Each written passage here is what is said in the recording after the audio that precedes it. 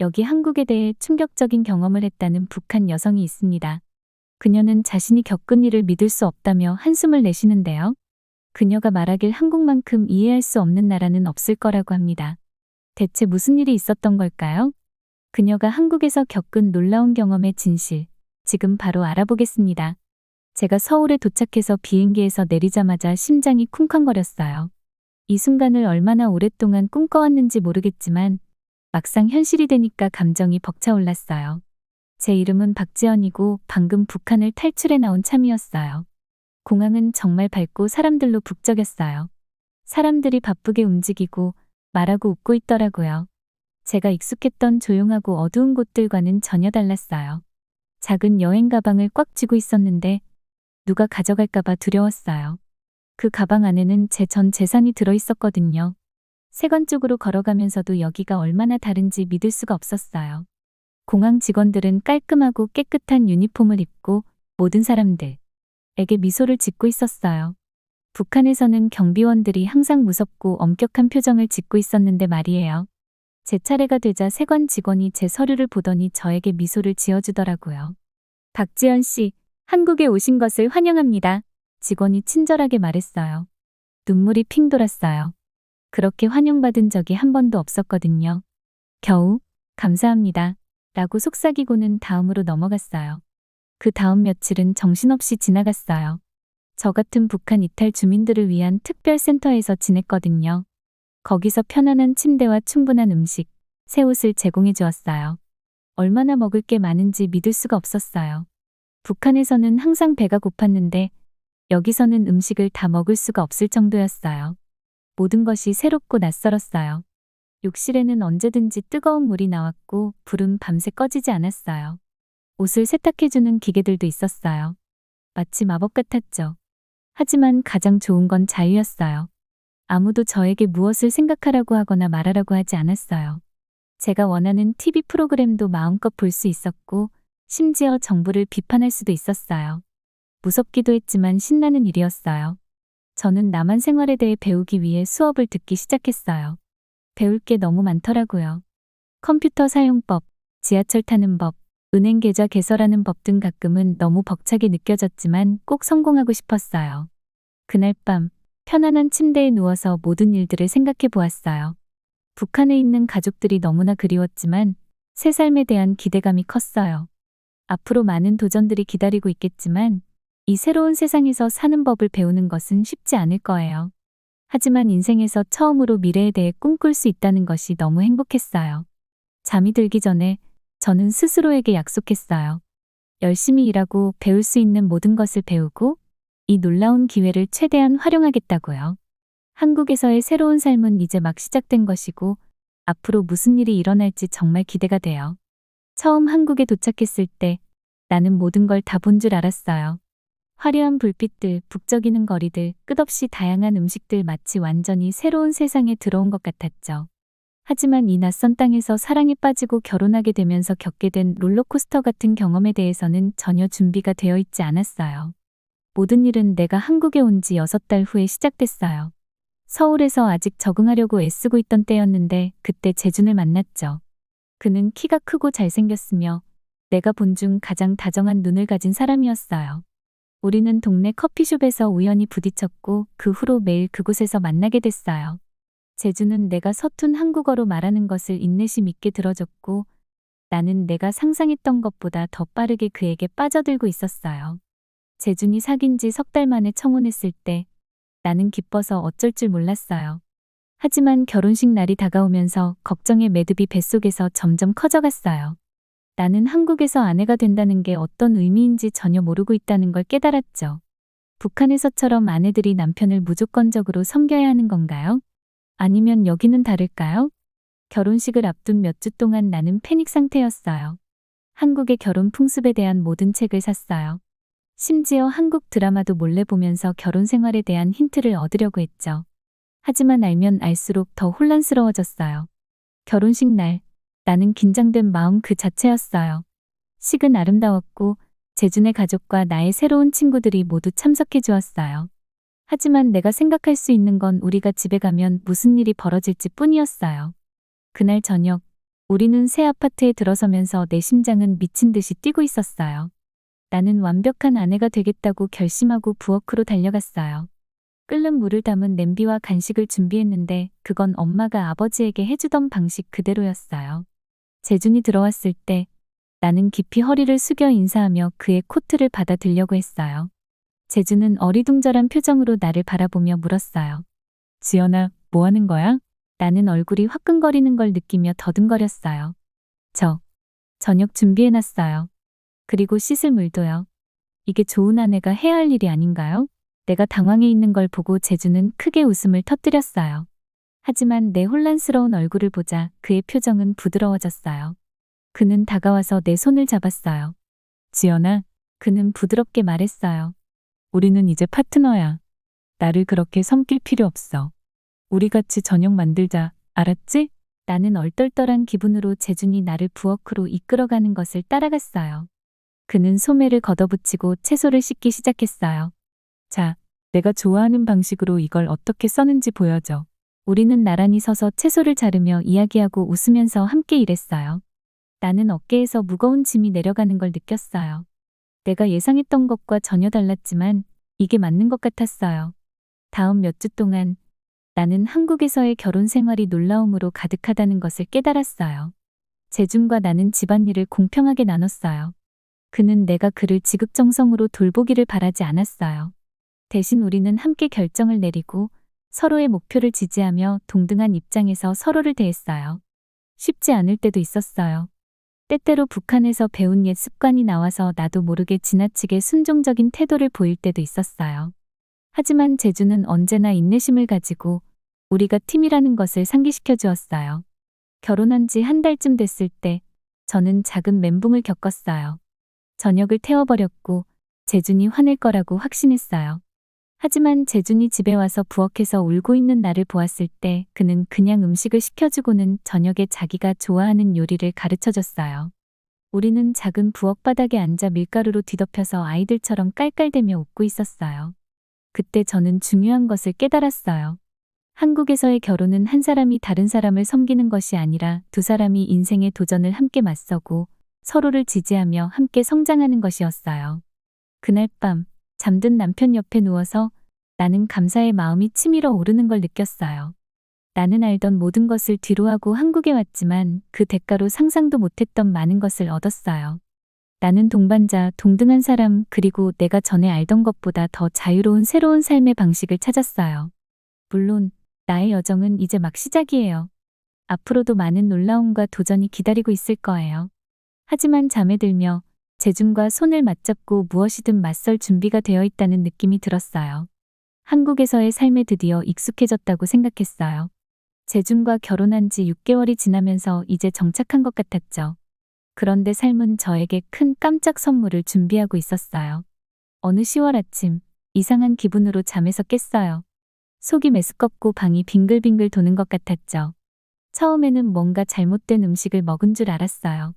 하지만 며칠이 지나도 나아지지 않자 재준이 병원에 가보자고 고집했어요. 대기실에 앉아있는 동안 너무 긴장됐어요. 혹시 정말 큰 문제가 생긴 거면 어쩌지?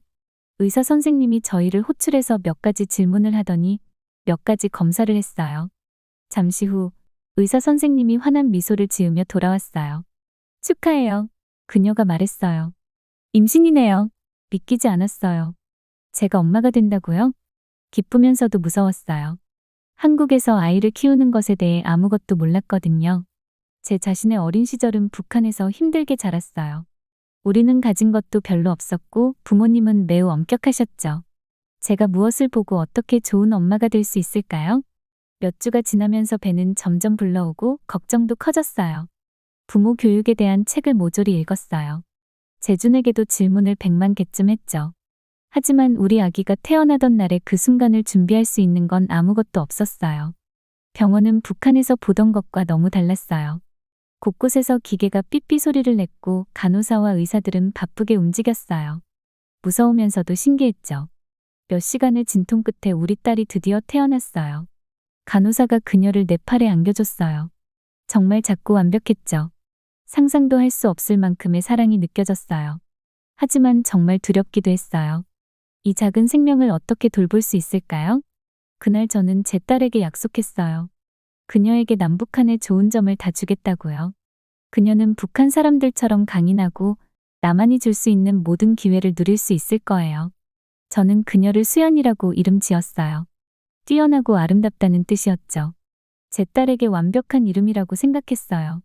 집에서의 첫 몇 주는 힘들었어요. 수연이는 자주 울었고 제가 무엇을 해야 할지 모를 때가 많았어요. 때로는 포기하고 싶기도 했죠.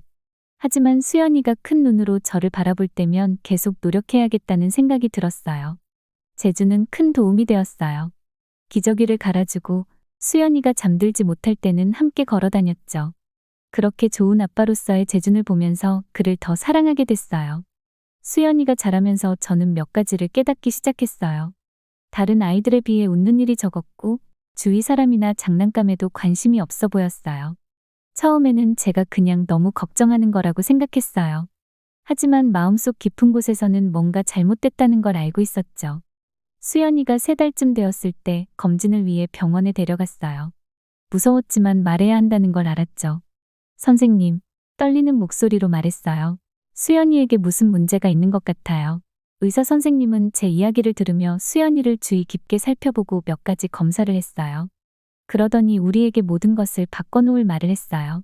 따님은 발달 지연이 있습니다. 그녀가 조심스럽게 말했어요. 이 말은 다른 또래 아이들보다 배우는 속도가 느릴 수 있다는 뜻이에요. 하지만 적절한 도움을 받으면 많은 진전을 이룰 수 있어요. 마치 누군가가 제 배를 세게 친 것 같았어요. 북한에서는 수연이 같은 아이들을 숨기는 경우가 많았죠. 사람들은 그들이 가정의 수치를 가져온다고 생각했어요. 순간 그 모든 옛 생각들이 밀려왔어요. 하지만 다시 제 아름다운 작은 아이를 바라봤어요. 그녀는 부끄러워할 존재가 아니었어요. 그녀는 선물이었고 저는 그녀를 돕기 위해 뭐든지 할 거였어요. 의사 선생님은 수연이에게 도움이 될 수 있는 다양한 치료법에 대해 알려주셨어요. 부모들을 위한 지원 그룹에 대한 정보도 주셨죠. 너무 많은 정보였지만 저는 무슨 일이 있어도 할 결심을 했어요. 그날 밤 수연이가 잠들고 난 후 재준의 품에 안겨 울었어요. 딸의 미래가 걱정되었고 그녀의 삶이 어떻게 될지 두려웠어요. 하지만 그런 생각을 한 제 자신에게도 화가 났어요. 재준은 저를 꽉 안아줬어요. 우리는 함께 이겨낼 수 있어. 그가 말했어요. 수연이는 너 같은 엄마가 있어서 정말 운이 좋아. 그의 말이 저를 더 강하게 만들어줬어요. 이것이 정말로 옛 삶을 뒤로하고 새로운 시작을 할 기회라는 것을 깨달았어요. 한국에서는 수연이가 도움을 받고 좋은 삶을 살 수 있어요. 저는 그 일이 이루어지도록 할 거예요. 어느 오후 신선한 공기가 너무 간절해서 수연이를 데리고 공원에 나갔어요. 벤치에 앉아 우울한 생각에 잠겨 있는데 한 노부인이 제 옆에 앉으셨어요. 그분은 유모차에서 깊이 잠든 수연이를 따뜻하게 미소 지으며 바라보셨어요. 따님이 참 예쁘네요. 그분이 말씀하셨어요. 하지만 당신이 근심이 많은 것 같아요. 무슨 일 있나요? 아마도 그분의 눈에 비친 친절함 때문이었거나 아니면 그냥 누군가와 이야기를 나누고 싶었던 건지도 모르겠어요. 저도 모르게 그분에게 모든 이야기를 쏟아내기 시작했어요. 북한에서의 탈출, 적응의 어려움, 그리고 지금의 이 충격적인 진단까지. 그분은 이해하는 듯 고개를 끄덕이며 차분하게 들어주셨어요. 제가 이야기를 마쳤을 때 그분은 제 팔에 부드럽게 손을 얹으셨어요. 아이의 가치는 그 아이의 능력으로 측정되지 않아요. 그분이 조용히 말씀하셨어요. 그건 그 아이가 세상에 가져다주는 사랑으로 측정되는 거죠. 그리고 저 작은 아기는 그렇게 열렬히 사랑해주는 엄마를 둬서 참 운이 좋네요. 그분의 말이 제 가슴 깊숙이 파고들었어요. 갑자기 제가 얼마나 어리석었는지 깨달았어요.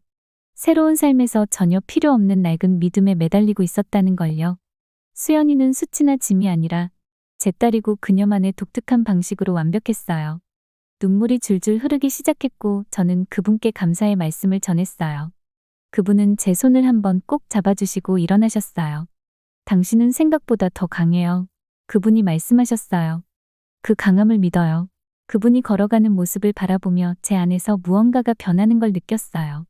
두려움과 죄책감은 여전했지만 이제 그 안에 뭔가 다른 것이 생겼어요. 결단력.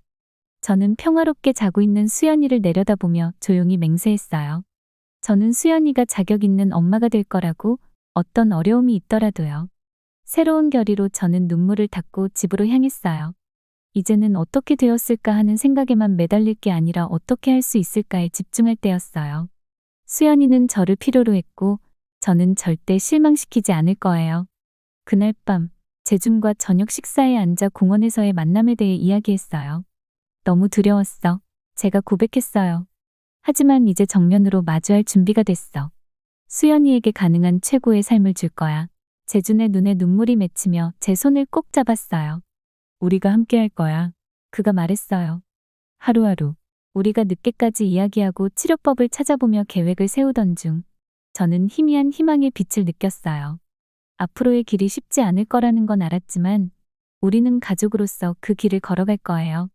그리고 어쩌면 이 예상치 못한 도전이 우리를 상상하지 못했던 아름다운 목적지로 이끌어줄지도 몰라요. 공원에서 만난 친절한 여성과 이야기를 나눈 후 저는 마치 새로운 사람이 된 것 같았어요. 집에 돌아오는 길 내내 마음이 가벼웠고 머릿속이 맑아졌어요. 이제 수연이에게 최선을 다하는 엄마가 될 때가 된 거죠. 다음 날 아침, 저는 일찍 일어나 계획을 세웠어요. 먼저 수연이의 상태에 대해 더 알아볼 필요가 있었어요. 저는 컴퓨터 앞에 앉아 가능한 모든 자료를 읽기 시작했어요. 몇몇 의학 용어는 이해하기 어려웠지만 포기하지 않았어요. 다음 진료 때 의사에게 물어볼 질문들을 적어놓기도 했죠. 그 다음으로 주변 지역에서 지원 그룹을 찾아봤어요. 근처 커뮤니티 센터에서 매주 화요일 저녁마다 모임이 있다는 것을 알게 됐어요. 처음에는 낯선 사람들과 제 이야기를 나누는 게 두려웠지만 저에게 도움이 될 거라는 생각이 들었어요. 재준은 제 변화된 모습을 바로 알아챘어요. 아침 식사 중에 뭔가 달라진 것 같아. 더 결심한 것처럼 보여. 라고 말하더군요. 저는 그에게 미소를 지으며 말했어요. 맞아. 우리 딸을 위해서라면 뭐든지 할 준비가 되어 있어. 그는 테이블 건너편에서 제 손을 잡아주었어요. 우리 함께 해내자. 그날 오후 저는 수연이를 데리고 공원에 갔어요. 수연이가 못하는 것들에 대해 걱정하기보다는 그녀가 할 수 있는 것들에 집중하기로 했죠. 수연이는 빨간 풍선을 보고 눈을 반짝였고 제가 그녀 배를 간지럼 태울 때 웃음을 터뜨렸어요. 이런 작은 순간들이 제 마음을 기쁨으로 채워줬어요. 첫 번째 지원 모임은 생각보다 더 힘들었어요. 다른 부모님들이 그들의 이야기를 나눌 때 저는 슬픔과 희망이 섞인 감정을 느꼈어요. 제 차례가 되었을 때 목소리가 떨렸지만 용기를 내어 말했어요. 저는 지연이라고 해요. 제 딸 수연이는 생후 3개월이고 발달 지연이 있어요. 저는 그녀에게 필요한 엄마가 되는 법을 아직 배우고 있어요. 놀랍게도 다른 부모님들은 이해한다는 듯이 고개를 끄덕였어요. 한 어머니는 제 팔을 토닥이며 말했어요. 우리 모두 당신과 같은 상황을 겪었어요. 혼자가 아니에요. 그 말은 제게 큰 위로가 되었어요. 몇 주가 지나면서 저는 새로운 일상에 적응하게 되었어요. 아침에는 수연이와 함께 치료 운동을 했어요. 그녀의 작은 팔다리를 마사지해서 근육을 키우는 방법을 배웠고 장난감에 집중하는 연습과 소리를 내는 연습도 했어요. 작은 진전 하나하나에 저는 환호하고 싶었어요. 오후에는 공부를 했어요. 도서관에서 아동 발달과 특수 교육에 관한 책을 빌려왔죠. 어떤 날은 그 정보가 너무 많아 압도당하기도 했지만 저는 한 페이지씩 꾸준히 나아갔어요. 재준은 그 모든 과정에서 정말 대단했어요. 그는 일 끝나고 집에 오면 수연이의 진전에 대해 듣기를 간절히 원했죠. 주말에는 제가 쉴 수 있도록 그가 도맡아서 수연이를 돌봤어요. 수연이를 웃게 하려고 바보 같은 노래를 부르는 그의 모습을 보면 사랑이 넘쳤어요. 어느 날 제가 수연이에게 책을 읽어주다가 문득 한 가지 생각이 들었어요. 만약 제가 수연이 같은 아이들을 돕는 일을 할 수 있다면 어떨까? 그 생각이 계속해서 제 머릿속을 떠나지 않았어요. 그래서 그날 밤 재준에게 이야기를 했어요. 나 특수교육 교사가 되고 싶어. 그는 놀란 듯 보였지만 이내 미소를 지었어요. 큰 변화네. 확신해? 저는 고개를 끄덕였어요. 쉽지 않을 거란 거 알아. 다시 학교에 가야 할 거야. 하지만 난 변화를 만들고 싶어. 재준은 저를 꼭 안아줬어요. 내가 원한다면 내가 언제나 내 곁에 있을게. 그 후 몇 달은 정신없이 흘러갔어요. 학교와 프로그램을 조사하고 지원서를 작성하고 입학시험 공부를 했죠. 그러면서도 계속해서 수연이의 치료를 돕고 집안일도 해냈어요.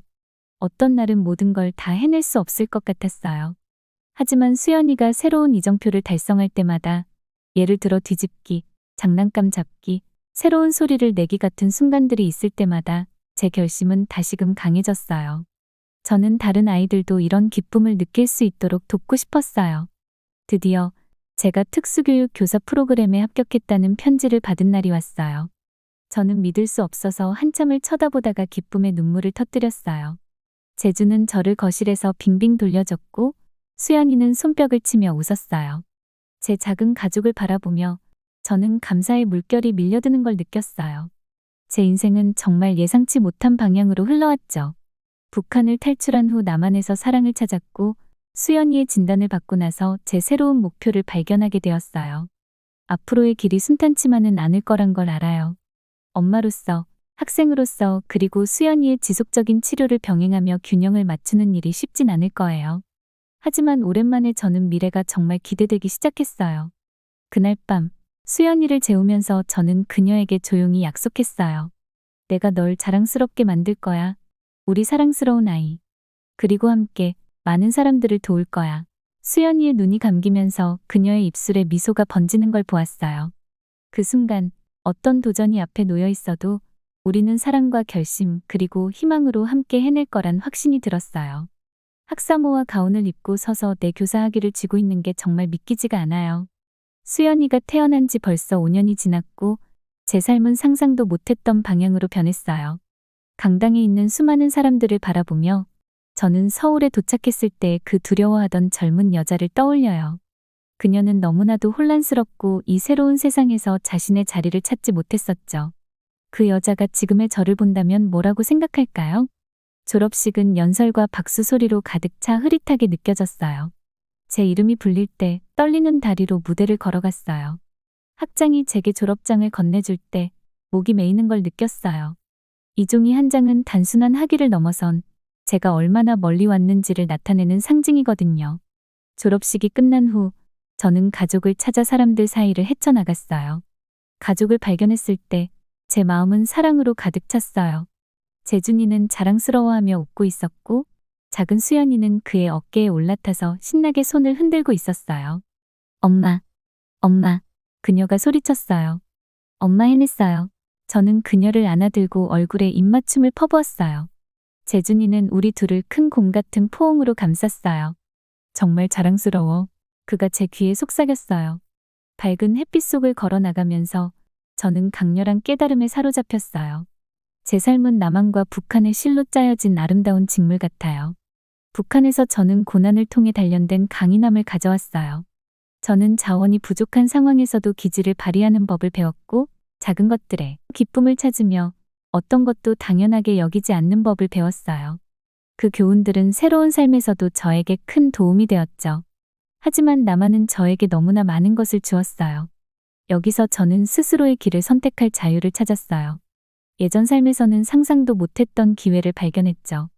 가장 중요한 것은 저는 마음을 열고 세상을 새로운 시각으로 바라보는 법을 배웠어요.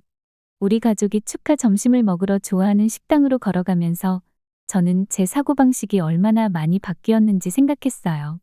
수연이가 발달 지연 진단을 받았을 때 제 첫 반응은 옛날 북한에서의 믿음에서 온 것이었어요. 저는 수치스러웠고 마치 엄마로서 실패한 것처럼 느꼈어요. 하지만 남한은 저에게 다른 길을 보여줬어요. 여기서는 모든 아이가 소중하고 사랑받을 자격이 있다는 것을 배웠죠. 저는 의사부터 치료사, 다른 부모들까지 전폭적인 지원을 발견했어요. 그들의 도움으로 저는 제 아름다운 딸이 활짝 피어나고 성장하는 모습을 지켜봤어요. 이제 불고기와 반찬으로 가득한 식탁에 둘러앉아 있을 때 저는 제 작은 가족을 바라보며 사랑으로 가득 차요. 재주는 제 눈을 마주치며 미소 지으며 제 손을 꼭 잡아요. 수연이는 김치를 맛있게 먹고 있어요. 그녀의 가장 좋아하는 음식이죠. 무슨 생각해, 내 사랑? 재준이 물어요. 저는 깊이 숨을 들이마시며 제 마음속의 복잡한 생각들을 말로 옮기려 노력해요. 그저 너무 감사해. 제가 마침내 말했어요. 당신에게, 수연에게, 우리가 함께 만든 이 새로운 삶에게. 재주는 이해한다는 듯 고개를 끄덕였어요. 항상 쉬운 건 아니었지.